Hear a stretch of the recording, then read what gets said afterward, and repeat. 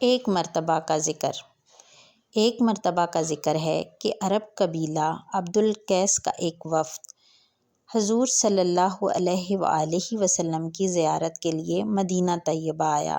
وفد میں بہت سارے لوگ تھے۔ یہ لوگ جیسے ہی مدینہ شریف پہنچے تو اپنے اونٹوں، گھوڑوں اور خچروں سے کود کود کر آپ صلی اللہ علیہ وآلہ وسلم کے پاس پہنچ گئے۔ حضور صلی اللہ علیہ وآلہ وسلم یہ سب کچھ دیکھ رہے تھے۔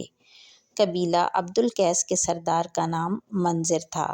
انہوں نے ایسا نہیں کیا جیسا ان کی قوم نے کیا، بلکہ انہوں نے جلدی کرنے کے بجائے سارا سامان ایک جگہ محفوظ کیا۔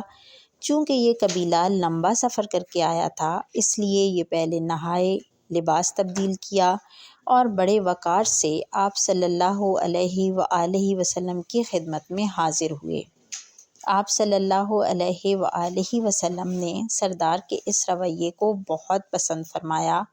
اسی موقع پر آپ صلی اللہ علیہ وآلہ وسلم نے اس سردار سے ارشاد فرمایا، تم میں یہ دو عادتیں بہت اچھی ہیں جو اللہ تعالیٰ کو بہت پیاری ہیں: حلم، بردباری، غصے میں اپنے آپ پر قابو رکھنا، اور جلد بازی اور بے صبری نہ کرنا بلکہ ہر کام اطمینان سے انجام دینا۔